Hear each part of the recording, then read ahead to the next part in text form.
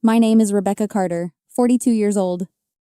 And last month I walked into my own brother's wedding, a wedding I wasn't even invited to. They shoved me behind a dying plant near the overflow tables, like some unwanted memory. No one expected me to show up, not after years of silence, not after the last time we spoke, when they made it clear I didn't belong. But Aunt Margaret left a voicemail. You should know they're rewriting the family. So I came. And halfway through the reception, Jason's new bride raised her glass and smiled sweet as sugar. Here's to our honored guest, the family's very own glorified gate guard.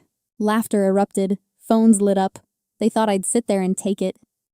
They had no idea what I had, no idea what was coming. Would you have stayed?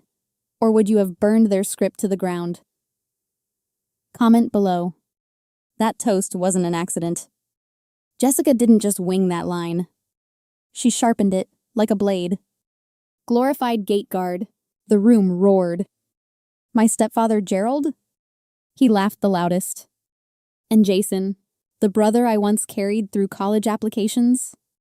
He just stared at his plate, hand locked in hers like a hostage. I sat there, silent, hands folded neat in my lap, memorizing every detail. The pastel dresses, the clink of champagne glasses, the way no one stopped her. Not one person. They didn't just humiliate me. They rehearsed it. But the wedding, that was only the prologue. Monday hit like a verdict. The law office smelled of lemon polish and lies.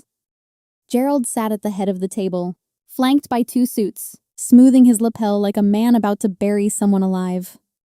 The final will and testament of Walter Whitmore, the lawyer droned.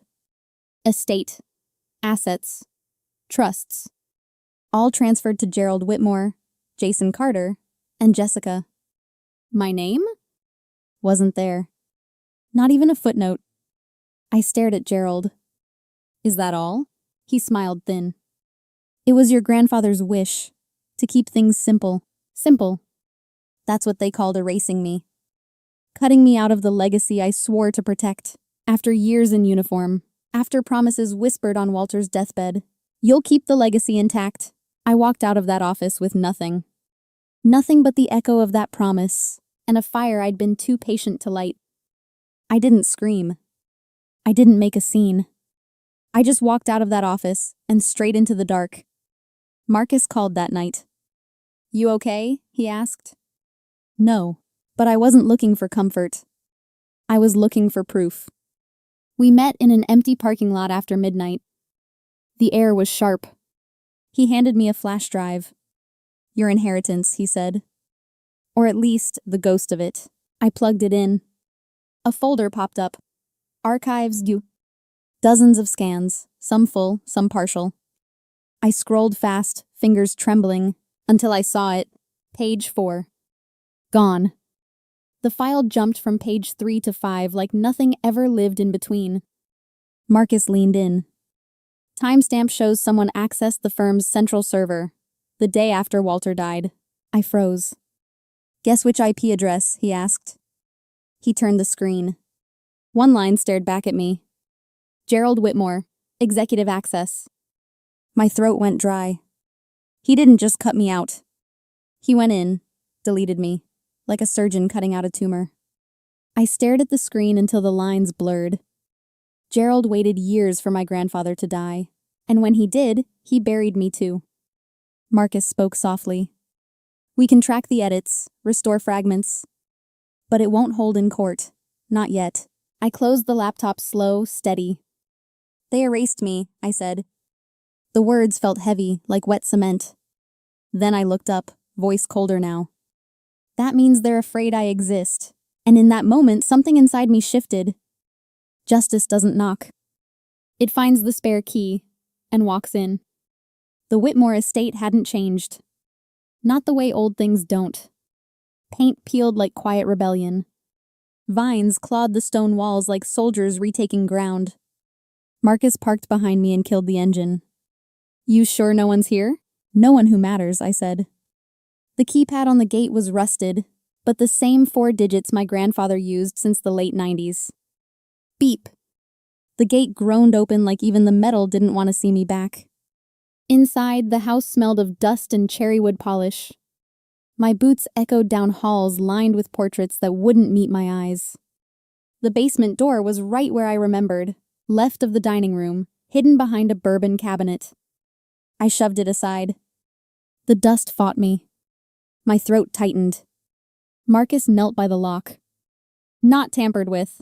10 minutes later, the hinges screamed as the door swung open. The air inside, dead.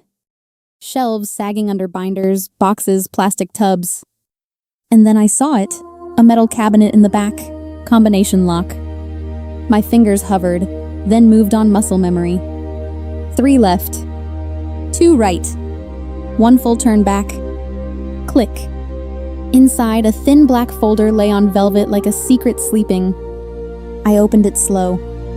The paper was yellowed, typed, not printed. Header read, Whitmore Estate Draft, January 2023. My name. Underlined. Right next to Gerald's. No, Jessica. Then I saw it, bottom left corner. Not a notary seal. Something else. A 5-pointed star flanked by an eagle, military encryption mark. He filed this while consulting for DOD. And below that, in my grandfather's hand, scrawled in ink, if they find this, they'll bury it. If you do, unbury. I froze, staring at those words. His warning from the grave. Marcus whispered, "This changes everything." "No," I said, sliding the folder into the scanner. "This starts everything.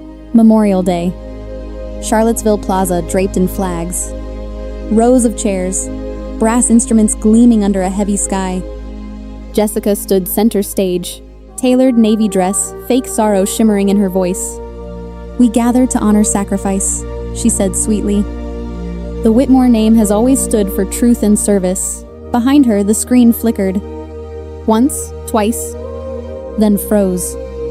Her words stuttered, overridden by a new voice, hers, but not from today. "She doesn't know I accessed it," the recording hissed. "As long as no one checks, we're good." Gasps rippled through the crowd. Jessica spun around, snapping at the tech crew. Cut it now." Too late. The screen shifted again. A grainy video appeared. Walter Whitmore, my grandfather, sitting at his desk, voice steady, eyes locked on the camera. "If you're seeing this, then the others got there first. But this is my will. Rebecca Carter is the only rightful heir." Phones lifted. The plaza erupted in whispers.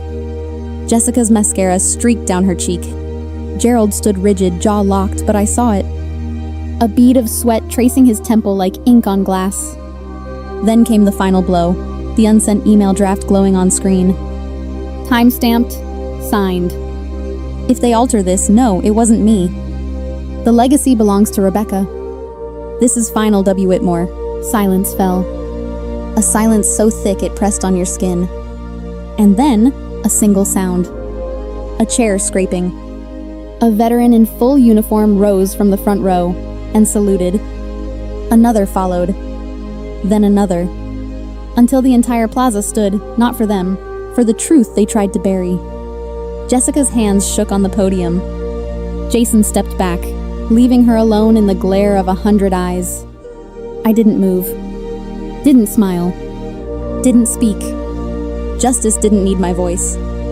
It was already roaring in their silence. The fight was over. Gerald in cuffs. The foundation stripped bare under sunlight. They offered me the throne. I burned it. I kept just enough 15% to build something real. The Whitmore Honor Fund.